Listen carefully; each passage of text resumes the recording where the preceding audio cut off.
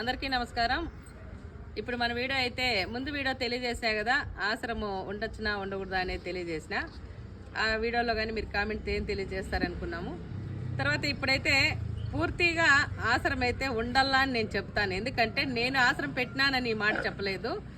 ఆశ్రమం ఉండాలని ఎందుకు చెప్తున్నానంటే, చాలామంది నిరుపేద కుటుంబాలు, పిల్లలు లేని వాళ్ళు చాలా ఇబ్బందులు పడుతూ ఉన్నారు. నాకు ఫోన్లు అయితే రోజుకు ఒక 10 వస్తున్నాయి. నాకు చాలా బాధ అనిపిస్తుంది. ఇప్పుడైతే ఎందుకు ఎవరి కోసం ఉండాలి ఆశ్రమం అయితే చెప్తా, తినండి. ఒకసారి చూపిస్తామని. కానీ ఇక్కడ ఉంచండి, మరమ్మ అక్క అని. అక్కదైతే చాలా దూరము. అక్క అయితే మనతో నమ్ముకొని ఇక్కడ వచ్చింది. ఎందుకంటే ఇప్పుడు మనం ఆశ్రమం ఉండబట్టి ఇక్కడ వచ్చింది కదా ఆమె. ఆశ్రమం లేకపోతే రాదనమాట. అక్క అయితే కర్నూలు దగ్గర ఏదమ్మా మన ఊరు నందికొట్టూరు ఊరు అక్కోల్ది. అక్క పరిస్థితి ఒక ఆమె మాటల్లో చెప్తుంది. ఆశ్రమం ఉండాలా లేదనేది అక్క అయితే తెలియజేస్తుంది. ఇందాం ఒకసారి.